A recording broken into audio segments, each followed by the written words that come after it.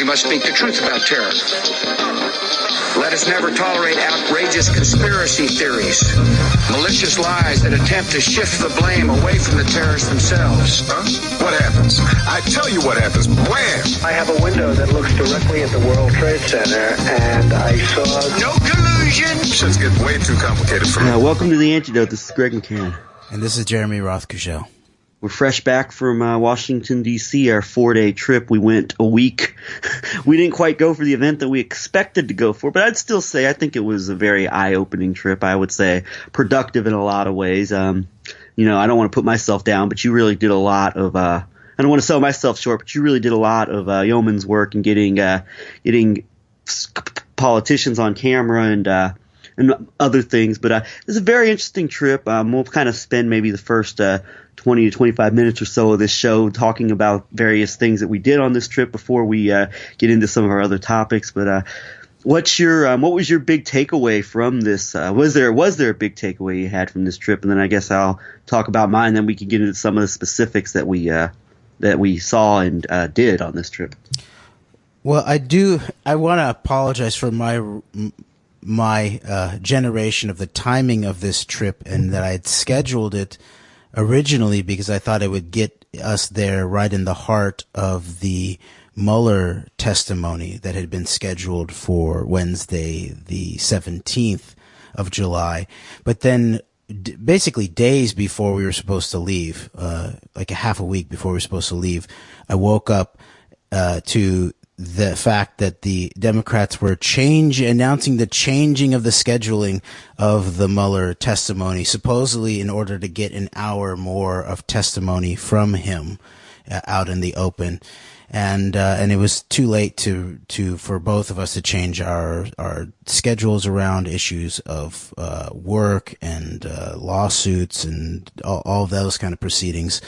And so we just went ahead and decided to go for it anyways and see what we could do that could be productive while we were there. And, I wish that we'd been able to produce more, maybe more video of encounters with Congress people.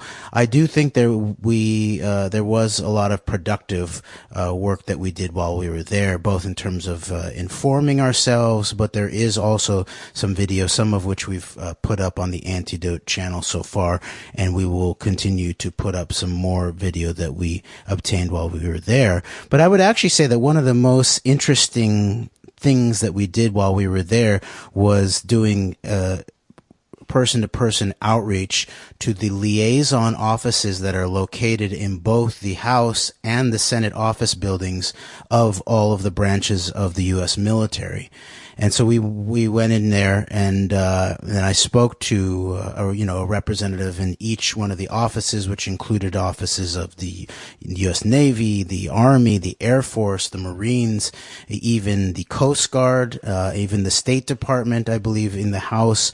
And in large part, I handed over the flyers that I'd printed up based on the work that Brendan O'Connell had done in making up those flyers. And I brought those flyers and handed them out, one of each of the different flyers, one that's a little bit more Israel-Russia focused, and the other is a little more Israel-China focused. And at the same time, I informed them that this had been made by a citizen of conscience, a concerned citizen, and that there were more of us concerned citizens that were very focused on this issue of the problem of technology transfer out of the United States via Israel out to places like China and Russia, but also the issue of the national security threat that was represented by the possibility of putting Pentagon cloud. First of all, just the fact of the cloud in the first place, of it being a corporate cloud or outsourced cloud, and then the possibility in relationship to Microsoft ad alone, as started by the highest levels of Israeli military intelligence, Unit 8200. I told them briefly about that, and the Talpiot program, and how it was very apparent that Israeli intelligence had been penetrated for decades, even back to the Soviet Union, by Soviet intelligence and now Russian military intelligence, and what that might mean in relationship not only to economic prospects, technological sovereignty, but ultimately national security. And the reception was pretty warm in large part. There was one younger gentleman from the Army who seemed like he got a little bit freaked out that there was this responsibility maybe being put on him, and he urged me sort of back to Congress. And I let him know, yes, making contact with Congress about this too, but that we needed our military to know about this threat as things were proceeding also. And so he ultimately accepted it. But I really got the most positive reception I felt from the elements of the U.S. Navy and the Coast Guard, which was very interesting. And actually the woman from the State Department was also very, very friendly. And I got the sincere sense that they were happy that a concerned citizen had made this effort to make contact with them and brought them some information and some real concerns. And so I thought that was just an interesting, maybe it won't actually produce anything substantive in terms of these relationships. These are just liaison offices that sit at the juncture between the Congress and the Pentagon, really.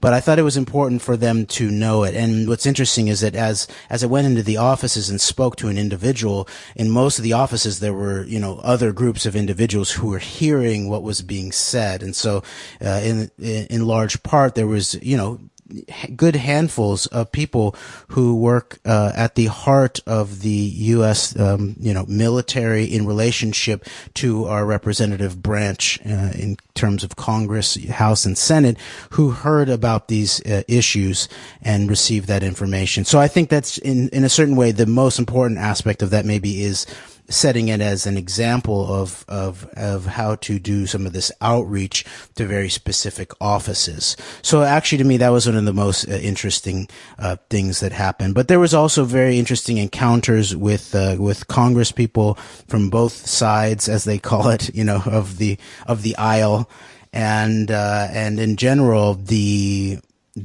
height of the apparent expressed ignorance, willful ignorance by all involved about the actual implications of the Jeffrey Epstein unfolding public controversy was stunning, yet I could also expect it in many ways. So we've posted videos up with Congressman Mark Meadows and Congressman Jim Jordan, but there's also a video of when the chairman of, I believe, is the Government Accountability and Oversight Committee, Elijah Cummings, was coming in with the whole gaggle of the press filming him and him making a comment that was largely focused around the unfolding controversy of Trump's tweets about the, member of four, the squad that he told to go back home, and the criticism of all of that. And that it was largely directed at that, even though the hearing was with the Homeland Security acting director and with a focus around the border. But at the very end, he said he was not taking questions, but I decided, I'm not part of the corporate media. I'm not involved in these contracts that they sort of agree to when they get these press passes from the House and the Senate to be involved there, that I think they are supposed to follow along with certain guidelines about how they, treat Congress people. And in fact, we spoke a little bit about this background when Abby Martin first got her job in DC with RT.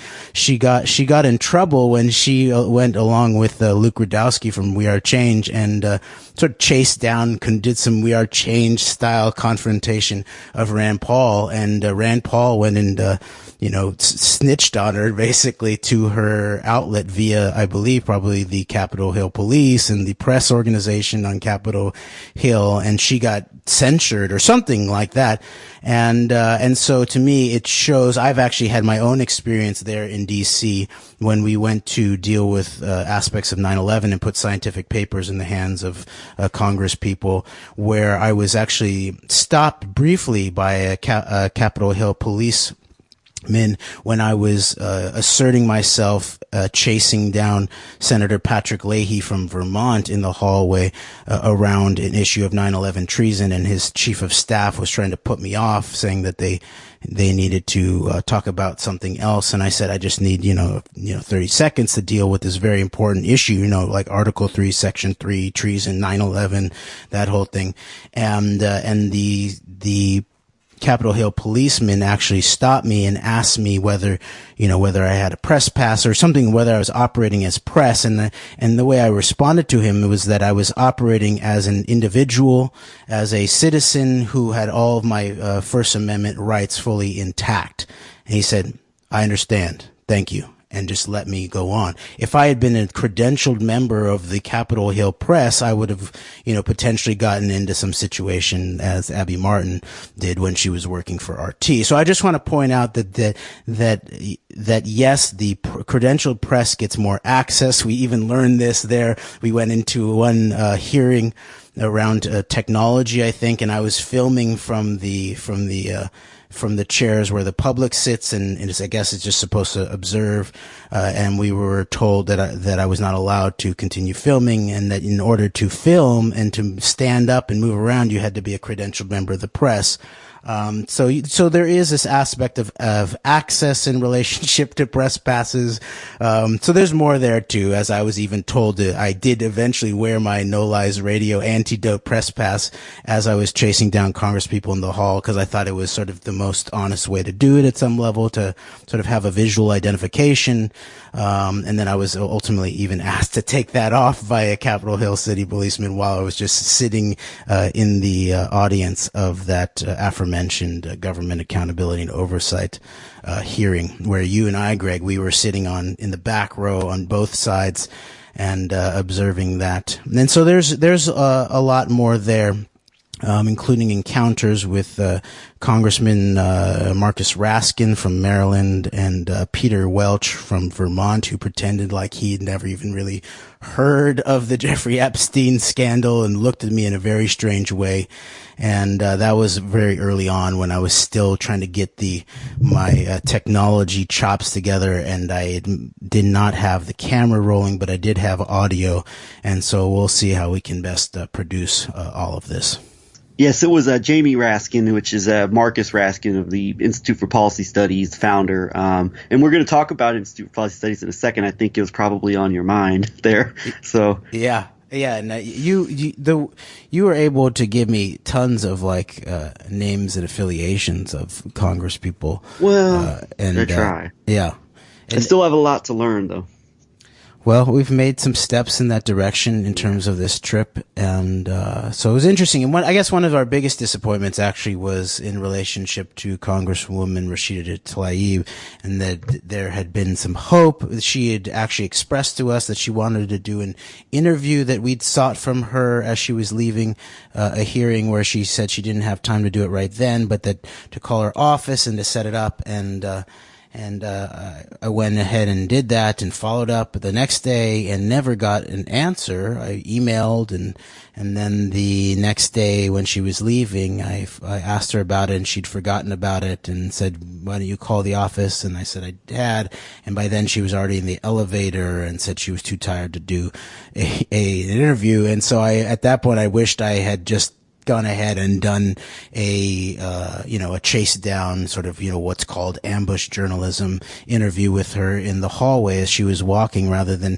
this Fox News reporter sort of got in there ahead of me. And I wish I'd been a little more aggressive to angle my way in there to ask her some of these key questions that we wanted to talk over her, which included a follow-up to a hearing that she'd been in on the day before, which was about the Facebook blockchain-based digital currency Libra and Calibra and all of that. And there'd been the director of that, David Marcus, had testified. That's another disappointment, is that I wish I think we sort of missed him when he finished up his testimony. I didn't know exactly what he looked like, and I think we were chasing down another hearing, and in so doing we missed when he left the hearing, which would have been interesting to get a few questions into him about the strong Israeli component and background of a lot of the technical team of not only of fraud at PayPal, where both Marcus and his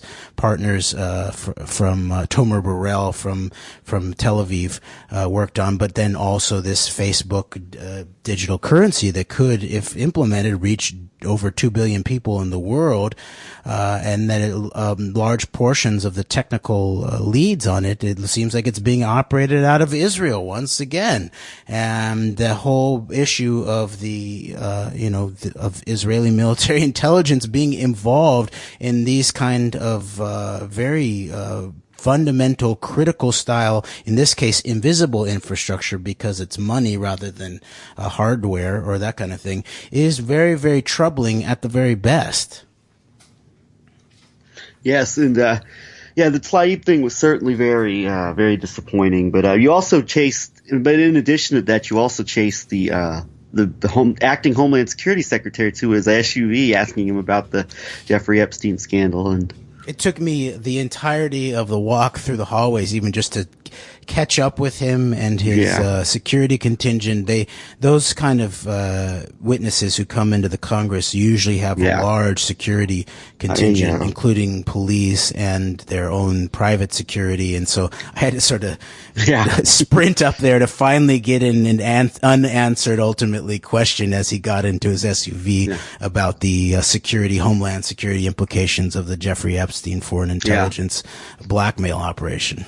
I can't even begin to imagine what kind of security Robert Mueller will have as he's heading out of those hearing rooms. They'll actually, that's one interesting thing for that kind of level of hearing. Often they'll actually close down the kind of access that we were able to have just in walking in the hallways and all of that. It was interesting. That was another regret that I had, was it seemed like there was not that much activity by the Congress in the hallways after these hearings. Often, and especially in significant hearings, some of the Congress people, especially the leadership, will set up an informal press conference in the hallway after some of these hearings, and we saw almost none of that, really, except for this quick Mark Meadows stop in the middle of a scrum where I finally waited around enough to chase him down the hallway to try to get 30 seconds of questions into him.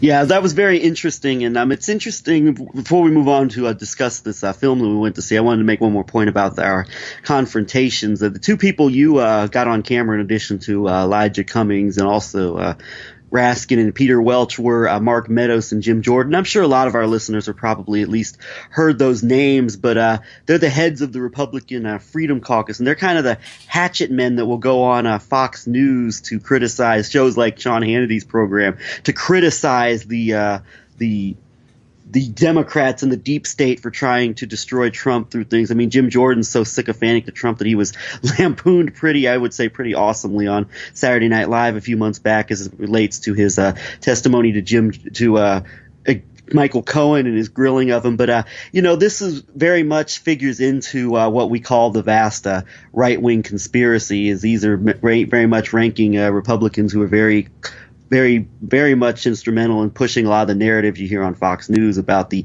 scopes of the investigations. Yet you've got these guys on camera saying, we've never heard of this Semyon Mogilevich thing, or this potential compromising of our most important national security secrets, technology to these hostile foreign powers, of course, which Jim Jordan made sure to respond was one of our greatest allies. So, yeah, and I probably should have been a little more forceful, but I tongue-in-cheekingly replied that, except for when they are staging terrorism and attacking the USS Liberty.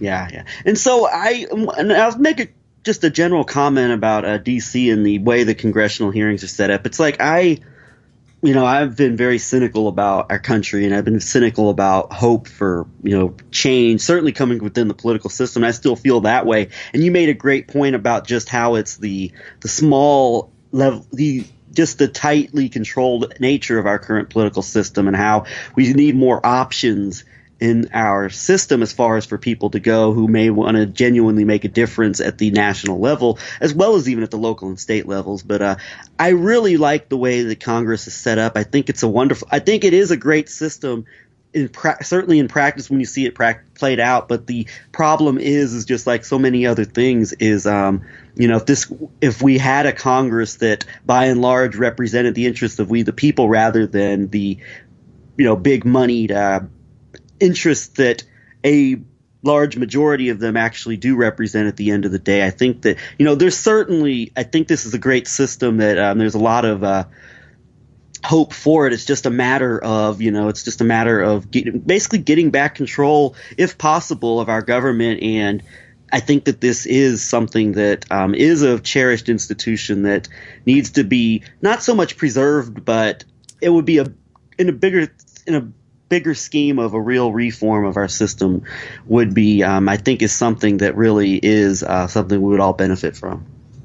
Yes, and I would just want to put forth in terms of the timing of all of this that I do think that this aspect of interacting with the current, constituency making up our government, including at the federal level, but not stopping there, because actually a lot of influence can be had by small groups of concerned individuals at the local and state level, really. And so I do encourage us all to continue to be involved in both this idea of sort of activism / lobbying people. We the people's lobbying is sort of what you can do in relationship to some of these members of Congress or more local representatives. So that there's that aspect of trying to influence those that are already in there.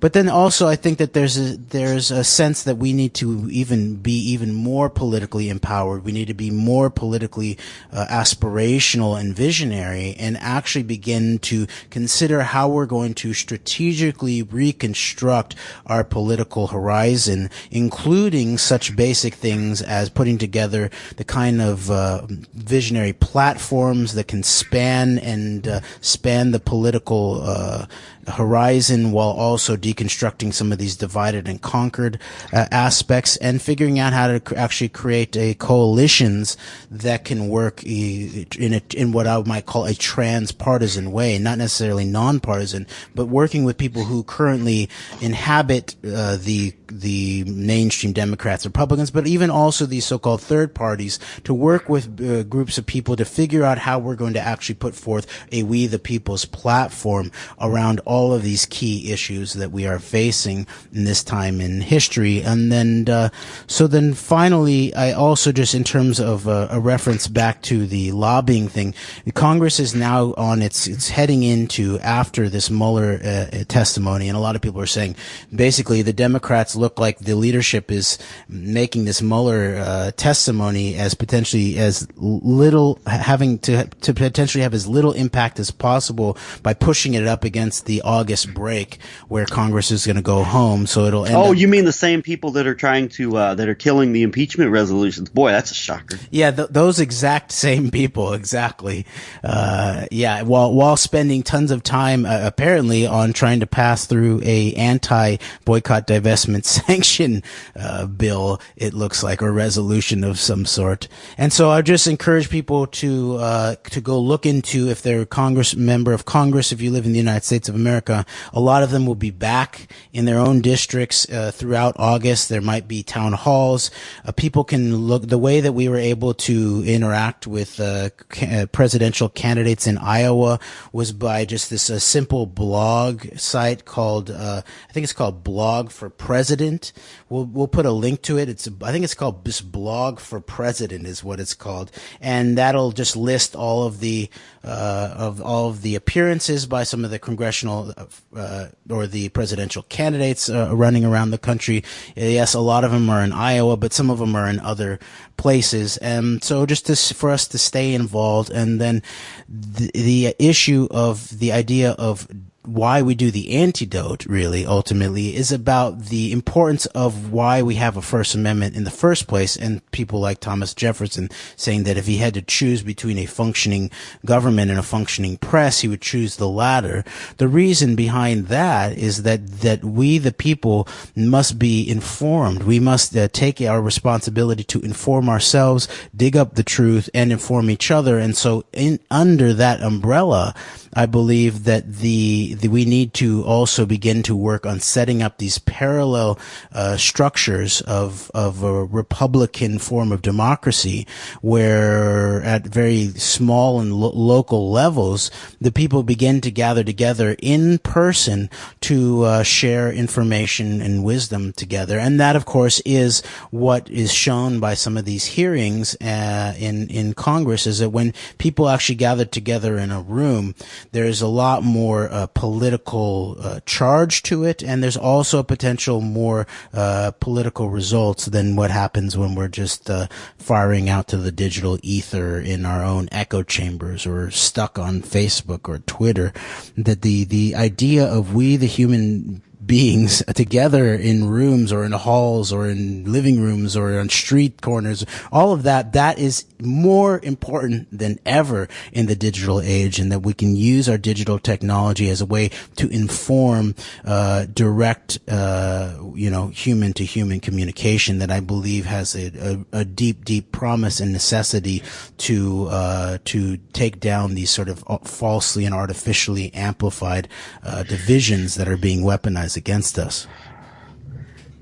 Yes, and and so I agree, and it was an eye-opening experience for me. I look a little differently at this idea of making somewhat of a difference by actually having dialogue than I did before. That was one of the bigger eye-openers for me of this trip, and so I guess we should get into this this very interesting movie screening. I believe this was the first, at least the first U.S. screening of an upcoming movie about a U.K. whistleblower by the name of Katharine Gun, and this was the first I had ever heard of her, which, that shows just how controlled our U.S. media is. The movie's called Official Secrets, and we saw a screening that was hosted by Phyllis Bennis of the Institute for Policy Studies, which is the earlier group that we mentioned, which was founded by Marcus Raskin. And this was interesting for a number of reasons. It was interesting to hear the story about Katharine Gun as a GHQC whistleblower, revealing how the U.S. is enlisting Britain to help get compromising information on members of the UN Security Council to twist their arms and basically force them to vote in a direction that would be favorable to the U.S. and UK push for the war in Iraq. And so this was extremely interesting, and we observed a number of interesting things during this screening as well. There were a couple of revelations in the movie that certainly I think should be followed up on here in the near future. And I do hope this movie gets out and gains traction, because for whatever controlled element there may be to this release, and we'll maybe discuss that here in the next few minutes, it's important that this information is at least out there to people. And since there are pretty big Hollywood stars, Keira Knightley's playing the role of Katharine Gun, Ralph Fiennes, he's another pretty big movie star. He's playing the role of her attorney in this movie. Maybe it will gain some traction. Then again, Jeremy Renner, he played Gary Webb in Kill the Messenger, a movie based on the book, and it didn't gain much traction. But I'm hoping this one's a little different. But either way, this is a new area of investigation for us to open up into, and it was very interesting to say the least. There's a lot of things to follow up on coming out of this. Yes, and I guess this film actually was premiered much earlier in the year, and I wasn't aware of that, but like at the Sundance Film Festival in January. And we went to this screening knowing a bit about like the background of the Institute for Policy Studies, a key locus of controlled opposition, especially for the left. There didn't really, I still want to do more investigation into its backgrounds. I did some brief reading earlier in the week, and that even people like Eugene Rostow, and people should go look into who that is in relationship to the Warren Commission, the Kennedy assassination cover-up. He was apparently involved in the creation of it. It's very obvious. Even we saw it in motion how Phyllis Bennis from the IPS was very obviously unwilling, unable, or asserting control over the interpretation of the Iraq War and of even the tension with Iran in a way that completely kept out the obvious component of Israel. And maybe it was because I blurted out very briefly a couple times early in the during the discussion after the film, where she was the moderator along with Katharine Gun, GCHQ whistleblower herself, and the director Gavin Hood, and Martin Bright, is that his name, Greg? The journalist from the. The Observer. The Observer is basically the Sunday supplement paper to the Guardian. It was Martin Bright, yes. Okay, yes, Martin Bright was there. And then so then I did blurt out a few times when Phyllis Bennis would like give every single explanation that anybody had about the origins or the reasons and or the causes of the Iraq War, including things like the George W. Bush wanted to get back at Saddam Hussein for the attempted assassination against his father, the oil companies, the military industrial company, all of that, and then but she never was Israel ever mentioned. So I would just say. And Israel, and there was another guy sitting down the row from we were like right in the middle of the third row, and there was another guy down the row who would make certain comments like that. So I don't know if those comments were what caused her to make sure she picked around my highly raised hand in the middle of the third row over and over again, or whether there was actually a decision to call on very specific people such as Jesselyn Raddick, who was in the audience, and then some reporter or analyst author from the Brookings Institute, who was also called on, who was a friend, I believe, of Martin Bright. Right, indeed, and it's interesting that I just want to give a shout out to the director of the film real quick, Gavin Hood.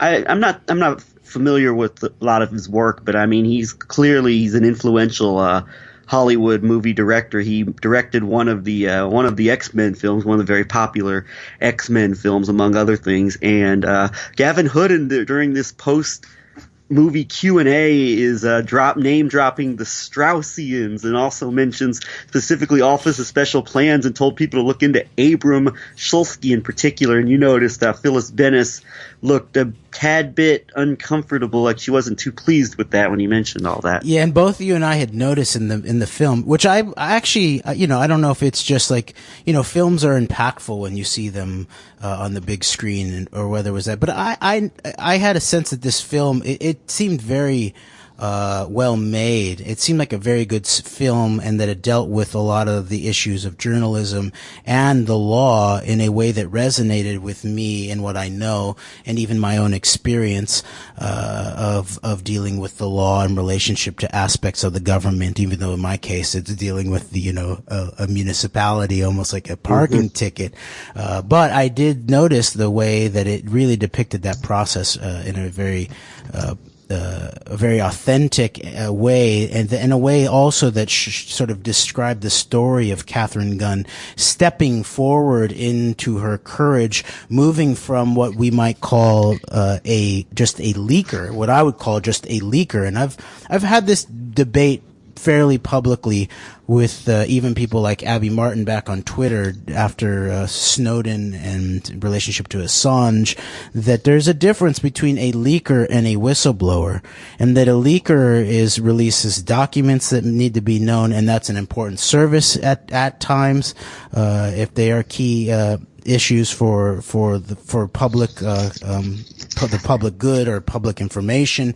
But then to be a whistleblower, it's very obvious from the word that you have to show your face. You have to name yourself, and you have to say what you're calling foul on specifically. If whether the word goes back to the idea of a bobby, meaning a British policeman blowing the whistle on a crime that's happening as they used to do, or whether it's the idea of a referee with a whistle. Everybody, you're identified, you're public, you're identifying a specific wrongdoing that you are attaching your own name and saying, I am. Okay, go lay down. I'm responsible for making sure that the laws are followed, right? And so you see this progression of Katharine Gun from being a leaker to then owning her action and becoming really a whistleblower in order so that her fellow GCHQ colleagues wouldn't be all like put under a microscope by internal security investigators, and she owned that. And then stepping to another stage when she was actually being prosecuted, when she took the much more dangerous route of not trying to plead guilty and make a deal and have a much lower potential sentence if she were, if they were going to put her in jail, but to go the more a powerful and what I would call legally aggressive route that I've seen even in my own case seems to work effectively in relationship to a government apparatus that is hiding documents. And that's what she did with her lawyer, was decide to actually attack the nature of the war, and that the reason that she had blown the whistle was because it was her duty in order to expose a war that was based on lies. And so there was all of that. But even during the film, we noticed that there was an insertion of the OSP, of the Office of Special Plans. And we looked at each other like, yes, they're talking about it. And so for him the director to follow up, Gavin Hood after it, to really describe a lot of the actual belief system of Abram Shulsky, I thought was a very interesting, even in, and I'll just finish up with this, that I believe that the larger propaganda matrix of this film, this screening, the recent appearance of this whole cast of characters on Democracy Now! With Amy Goodman, including with the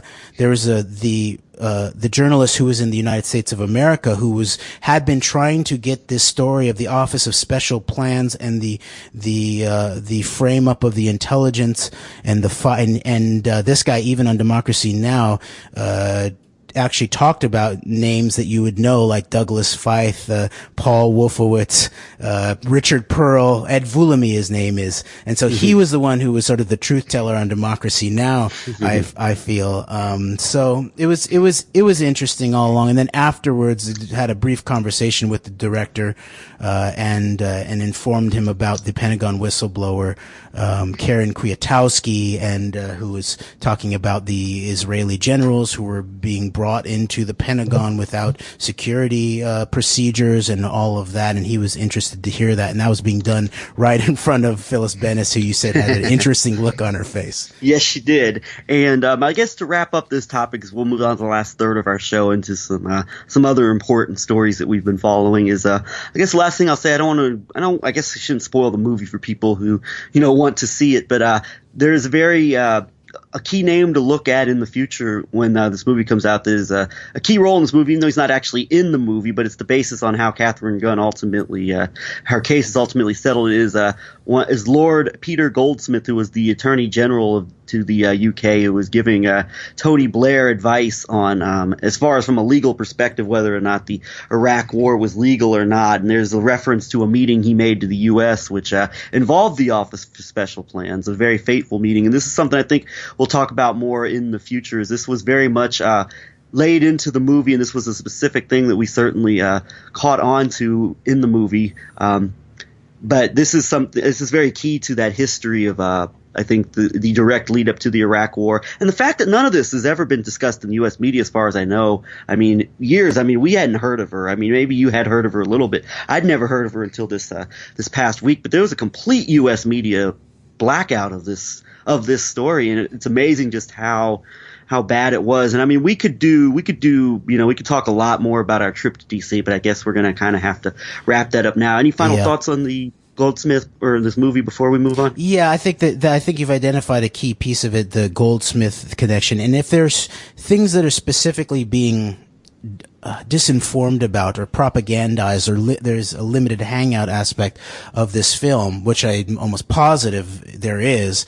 It's one thing that somehow that there was not a similar Zionist cell or Zionist power network operating within England, just like there was here in the United States of America, and that it very likely was not just the trip to the United States that changed Goldsmith's mind. And so that's one thing I think that is probably probably being covered up is that there was the same Zionist power network that has global reach, international reach, transnational reach in many ways, all throughout the West and into the East, and of course anchored in many ways in this axis from Jerusalem, Tel Aviv to the city of London, really, the sort of one of the bases of the Rothschilds. For there to be no mention of any network that was operating there, I think is very likely a cover-up. And then the much bigger, very blatant macro analytical cover-up is this idea of and this fits in perfectly with the rhetoric of the sort of upcomers in the presidential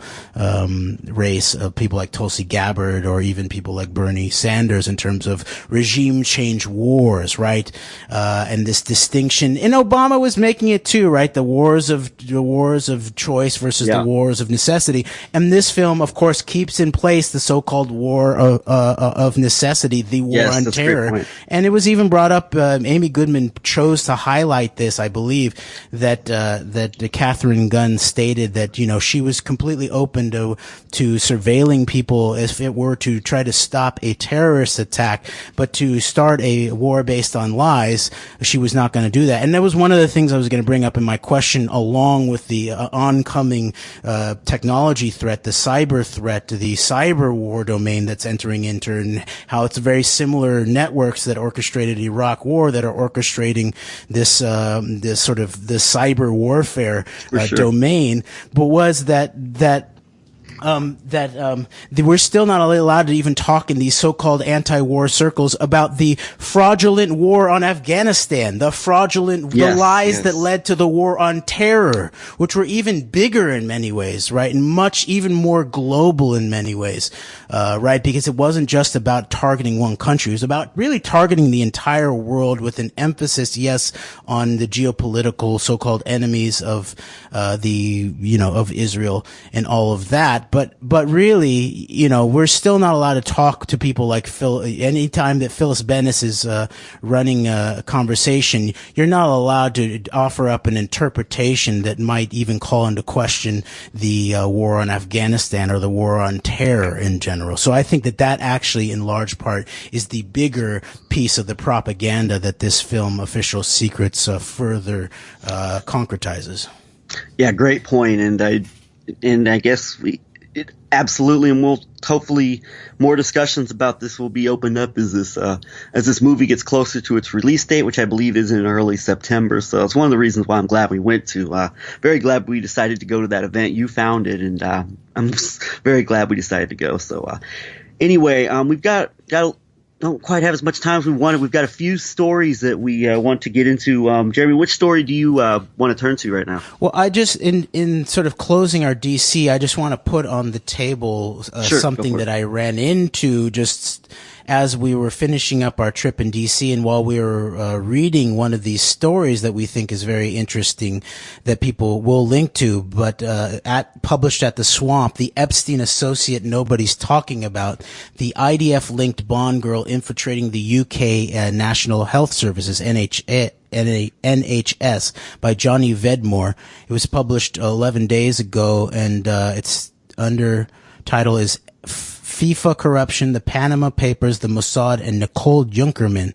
And there's a direct tie-in, of course, with Jeffrey Epstein in all of this. But in the middle of that, we were reading through this and having a conversation about this. And then I remembered that in one of our final trips in the DC Metro, I'd seen a poster that referred to something about the sort of going deeper underwater, or taking AI and cyber deeper, and it was GDIT, and I wasn't sure what that was. I took a picture of the poster, and then as we were walking through the turnstiles, I saw that they were identified as GDIT turnstiles.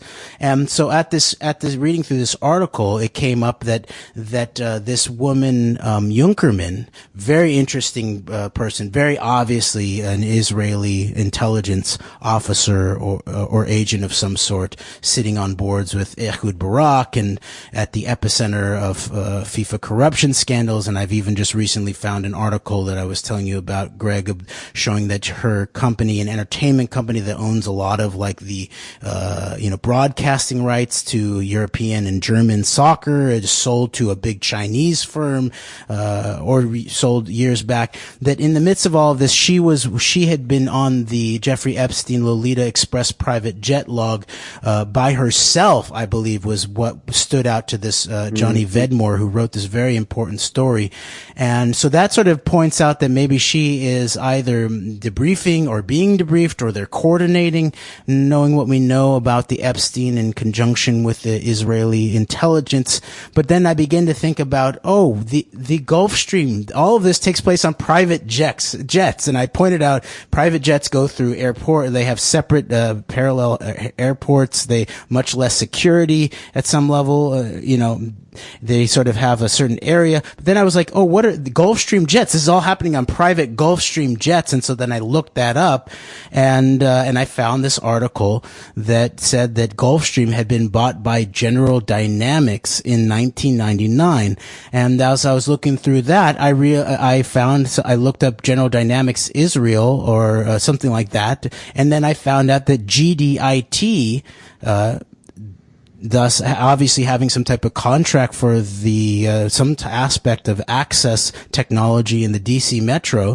GDIT is General Dynamics Information Technology, and that they had bought the Gulfstream jet company in 1999, and then had created a relationship with Israeli Aircraft International, IAI, which plays deeply into the heart of the 9/11 operation. We'll link to write-ups by James Perloff and Christopher Bolin about that whole epicenter, Shaul Eisenberg, Atasco, all that whole epicenter of 9/11, that General Dynamics had created a close relationship with Israeli Aircraft International in, I believe, 2001. And right after they had bought the Gulfstream technology, airplane technology, and then you just do the basic read up in the mainstream media of what IAI really does, and of course it's reconnaissance, surveillance technology. So I just wanted to put that story on the record. I haven't heard anybody make that connection here, that basically all of these private planes, most of them Gulfstreams, flown around by influential, wealthy individuals all around the world. To me, it looks very likely that General Dynamics, in their relationship with Israeli Aircrafts International, has very likely wired all of them up, very likely, for reconnaissance. And so that puts a whole higher level spin of understanding in relationship to the Lolita Express being wired for video and sound, when you wonder whether basically all of the billionaires of the world flying these Gulfstreams that is really General Dynamics and Israeli Airlines International are inherently being spied on, compromised, and all of that, let alone the question that you brought up, Greg, of things like small airplane crashes more and more in the era of Talpiot and cyber war. Yes, and that was actually a great segue into the article we're going to discuss next. This article that you mentioned from the Swamp.media by Johnny Vedmore, the Epstein associate nobody is talking about, I would call that a must-read. And there's it's a new layer to this story, and it's amazing just how connected Nicole Junkermann is. And I think we might actually revisit this story, because it appears that much like our own controversy here in the U.S. with the Microsoft Jedi Cloud, and also the Facebook Libra currency and the Israeli connections, it very much appears that Nicole Junkermann, as detailed in this article, is working on a major quote-unquote overhaul of the UK National Health Service that would likely put confidential health information of British citizens into the hands of the hostile Israeli foreign influence. So this will be very interesting to follow here in the next few months, especially as Boris Johnson is inserted in as prime minister. There's going to be a new push for Brexit, and this would seem to fit something like another angle of moving the UK out of the European axis. So. Yes, exactly. And I just want to reference the story that I was referencing in terms of the Gulfstream jet. The Atlanta Jewish Times, Israeli partnerships help Gulfstream soar. The Savannah Company's jet aircraft incorporate Israeli tech, earning it Connect's U.S. Company of the Year award by Logan C. Ritchie, March 9th, 2018. And I agree with you completely on the implications of the story about Junkermann and the National Health Services in England and the big data aspects of that, especially since she's at the core of some of this FIFA controversy. And now she's going to be leading or helping lead the charge to basically, it looks like, to corporatize the data to allow access to all of the UK citizens' health data, which obviously, if this is a Israeli intelligence officer who works with a Israeli intelligence compromise operation, such as being run by Jeffrey Epstein, then this is part and parcel of this larger globalized Israeli-centric Zionist desire for command and control using things like cyber and big data and all of that. And I just want to point out that General Dynamics is not just any old military contractor. They are, I'll include some stories about them. A very interesting San Francisco Gate article published in 1996, actually, anticipating the Kennedy assassination anniversary, called On Economics, How Kennedy Assassination Affected Some Stock Prices, by a Claremont McKenna College economist William Brown Jr., that basically shows that these companies that were very close, of course, to Johnson and Texas, but most especially General Dynamics. And I'll just very briefly read this. I say, down in the thing, it says, of all defense firms, this quote, of all defense firms, perhaps none had a greater stake in the sudden transfer of power from Kennedy to Johnson than General Dynamics, whose main aircraft plant was located in Fort Worth, Texas. Its stock climbed from $23.75 on November 22nd to $25.13 on November 26th. And by November 1964 was up over $30, a jump of around 30% in 3 months. Shortly before the assassination, General Dynamics was the subject of a major influence peddling investigation by the Senate Government Operations Committee. The investigation centered around the Pentagon's controversial award of $7 billion contract in 1962 to General Dynamics for the TFX fighter bomber, later known as the F-111. It was the largest aerospace contract of its time and rescued the firm from a deep financial hole. And so we'll also include that, unquote, we'll also include other articles, including from people like Christopher Bolin, about the Crown family, their role in General Dynamics, and how all of that is basically, it looks like more and more we see this continuity from the assassinations of the 60s to the blackmail operations of the 60s. Let's mention Whitney Webb's article at Mint Press News about the longer term Epstein operation, which is very interesting. The shocking origins of Jeffrey Epstein's blackmail case, hidden in plain sight.